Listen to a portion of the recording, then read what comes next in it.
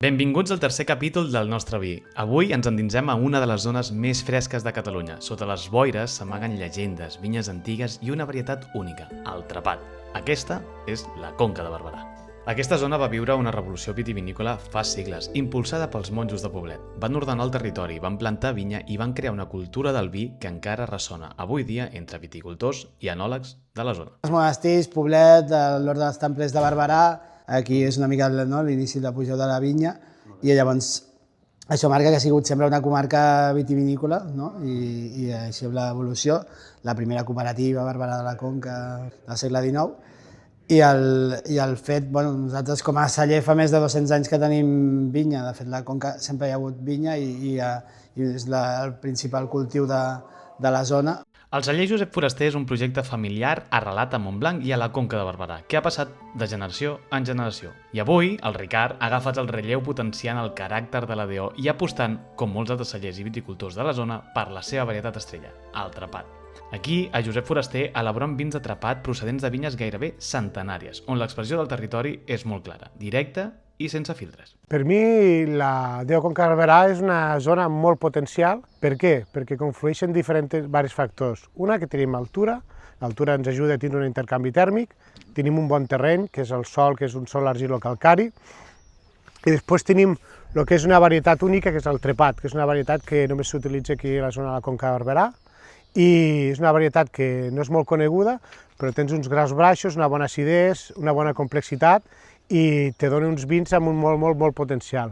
Ni que es fan des del 2004, perquè abans el trepat s'utilitzava per fer caves i vins rosats, però des de fa un temps que el fem anar per fer vi negre i crec que això el fa únic a la Conca de Barberà, tindre aquest tipus de vi, amb aquest potencial, amb aquest terreny, amb aquest clima i amb aquest tipus de sòl.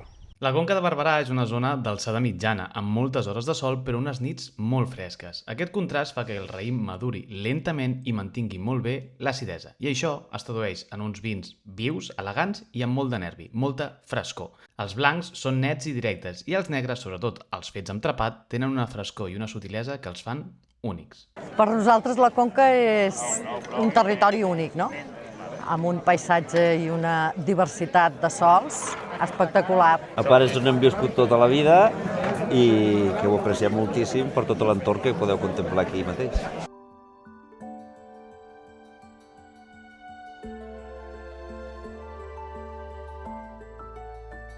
El trepat és el que ens diferencia, no?, de moltes zones, perquè amb tot el món, 1.200 hectàrees concentrades, totes al nostre territori, no és una cosa usual, no? És el que més significa la paraula únic del lema de la DO. Caràcter únic. El 22 d'octubre del 2019, el riu Francolí es va desbordar. Una riuada que en qüestió d'hores va esborrar tot rastre del celler Rendem es Déu. Vinyes, tines, parets, tot arrossegat per l'aigua. Només es van poder recuperar algunes ampolles de la cava més profunda i, sobretot, la determinació de tornar-hi. De tornar-hi amb l'ajuda del territori, de moltíssima gent, i avui el celler ha ressorgit. I ho ha fet des d'una antiga fassina, un espai històric on abans es destil·lava aiguardent i que anys enrere va impulsar econòmicament aquesta comarca. Des d'allà mantenen viva la passió dels seus avantpassats, els mateixos que van ser fundadors del cooperativisme català. I ara, ells continuen innovant, sent els primers elaboradors d'escumosos 100% DO Conca de Barberà. La DO Conca de Barberà no és la DO més gran ni la més mediàtica i tampoc té un màrqueting agressiu. I tot i això, s'hi fa vi des de fa segles. Aquí, la vinya forma part del paisatge i de la memòria col·lectiva. Hi trobem varietats que no creixen enlloc més, com el trepat, fresc, lleuger i amb personalitat pròpia.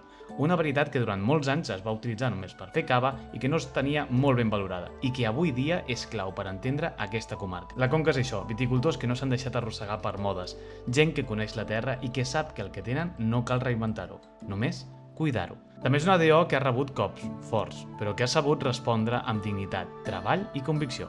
Des dels monjos de Poblet fins les famílies que avui dia impulsen la DO, es manté un fil invisible que uneix passat, present i un gran futur.